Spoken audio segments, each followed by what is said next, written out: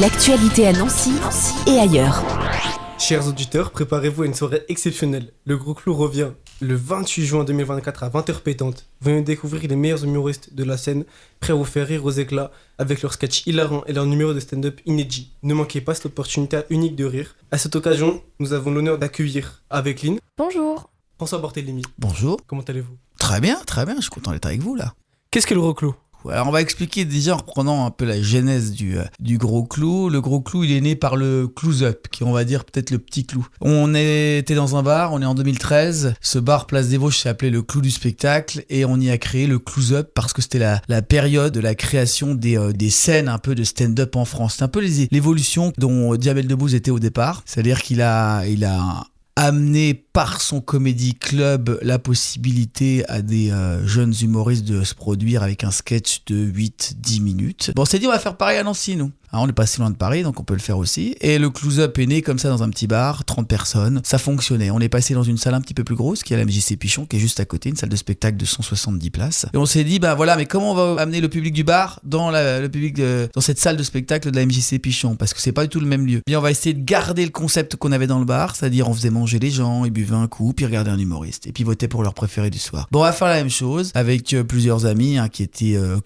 anciens cuisiniers et comédiens, qui a fait pendant 10 ans à manger à des gens pendant ce close-up là à la MJC Pichon. On a dit on va mettre de la musique parce que dans un bar il y a de la musique, donc avec les étudiants de la MAI, de la Musique Academy, ils mettent tout en musique. C'est pour ça qu'aussi c'est plutôt sympa de ne pas forcément avoir des platines à un DJ, mais plutôt de la musique en live et de l'animation dont je m'occupe et des humoristes 6 de tout l'est de la France, et puis de plus en plus ça s'est agrandi. Pendant 10 ans on a fait ce close-up là qui fonctionne plutôt bien tous les 2 mois. Toutes les veilles de vacances scolaires. Et après, on s'est dit, on va essayer de faire un truc un peu plus gros. On va prendre la salle Poirel, 800 places en 2019, ou 900 places, je ne sais plus. Et on va essayer d'exporter ce concept-là, là-bas. Ça a plutôt bien fonctionné. On continue la route là-bas. Et cette année, ça fera pour le coup la 4e édition. On n'a pas fait celle de 2020. Et donc, pour expliquer ce qu'est le Gros Clou, là, on a ouvert les auditions au niveau national, sous vidéo. Il y a 6 humoristes qui sont sélectionnés. Il y a un jury de professionnels, parce que l'idée était aussi de professionnaliser un peu les gens. Donc, ce sont des propriétaires de salles ou directeurs de salles de la région, des responsables de festivals, de résidences, comédie club. Et donc, il y a pas mal de choses qui vont être proposées à ces humoristes-là, ces 6-là, en fonction d'un coup de cœur qu'un producteur de salle peut avoir, ou quelqu'un qui produit du spectacle d'humour dans la Lorraine, va dire, tiens, en première partie, je vais en prendre un d'ici. Essayer de faire évoluer un peu nos locaux, un peu plus loin, et de professionnaliser un peu le secteur. Donc, le Gros Clou est né comme ça, et le concept, c'est ça.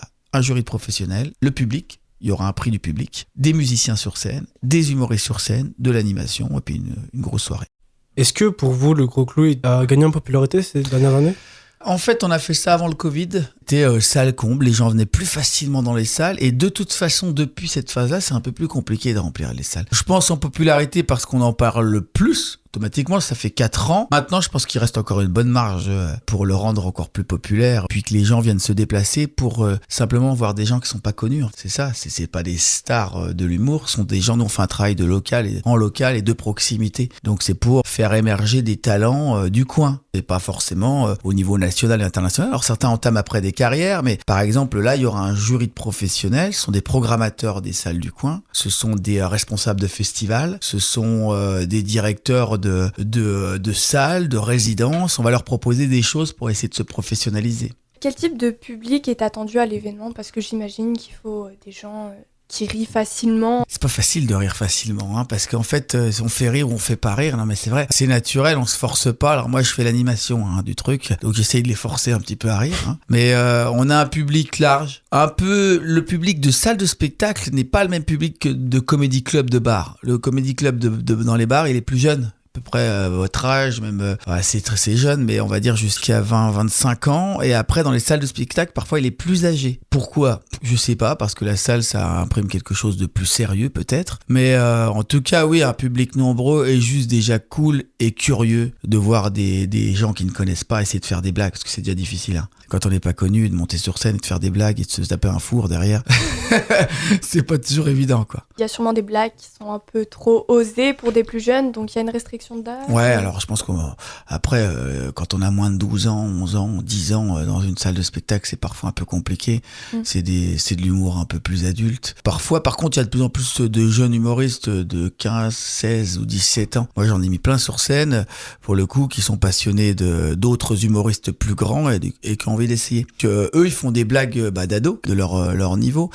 Mais là, la sélection, on va dire qu'elle est un peu plus âgée. Ça va aux alentours de 25-30 ans jusqu'à une quarantaine d'années. Et pour tous ceux qui n'y sont jamais allés, comment vous décriviez l'événement? Non, l'ambiance qu'il y a. L'ambiance, elle est vraiment conviviale, hein. C'est vraiment un truc populaire qui se veut pas élitiste particulièrement. C'est alors que la salle Poirel peut imprimer un truc comme ça, hein, sur ceux qui ne connaissent pas la salle Poirel à Nancy, ça peut même ressembler un peu à une dimension d'opéra, de choses comme ça. Et donc nous, on essaye de on brise les barrières de toute façon avec le public parce qu'on lui parle directement. Et l'ambiance, elle est vraiment libérée, interactive. Voilà, on échange avec les gens qui sont sur scène et dans la salle. Pour vous qui organisez l'événement.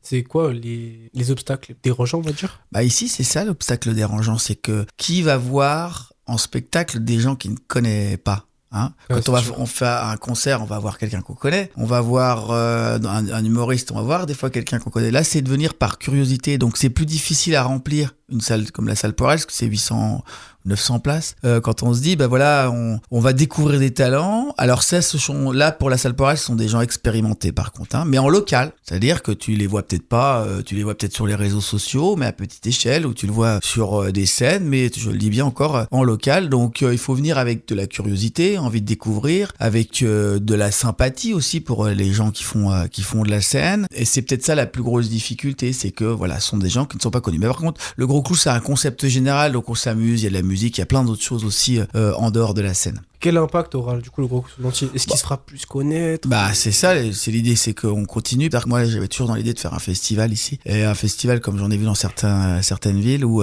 par exemple, sur 3 lieux de jauges différents. Des jauges différentes, ce sont des salles avec plus ou moins grosses. Une petite jauge, 100 places, 19h, par exemple, pour les talents locaux. À 20h, une jauge un peu plus grande, ça peut être 400-500 places, mais c'est compliqué à Nancy de la trouver, cette salle-là, parce qu'elle n'existe pas. Tu vas avoir des talents un peu plus nationaux. Puis après, en deuxième partie ou troisième partie de soirée, à 21h, des gens qui sont connus au niveau de l'humour. Donc faire un festival, pourquoi pas 3 jours comme ça pourrait être la suite logique. Maintenant, il faut que le Gros Clou aussi s'installe et puis que les gens continuent à nous suivre tout au long de l'année. Donc pour ça, effectivement, faut pas hésiter à aller sur les réseaux sociaux. Ça s'appelle le Clou Up pour la plus petite version. Le Gros Clou sur Facebook, Instagram, c'est l'essentiel des réseaux sur lesquels nous sommes. Et de se donner rendez-vous à la salle Poirel le 28 juin. Alors il y a des billets qui sont toujours en vente sur le site de la salle Poirel ou sur, parce qu'on est partenaire, ces 2 structures, c'est la MJC Pichon, qui est pas trop loin de la radio, juste place des Vosges, et l'association Scène de Rire qui porte le projet. Donc sur le site de la MJC Pichon, on peut acheter des places aussi. Et vous êtes très nombreux pour l'événement. J'espère que ça fonctionnera. Merci à vous. Merci. Merci à Aline du coup. Merci à vous aussi. Puis à tout le monde.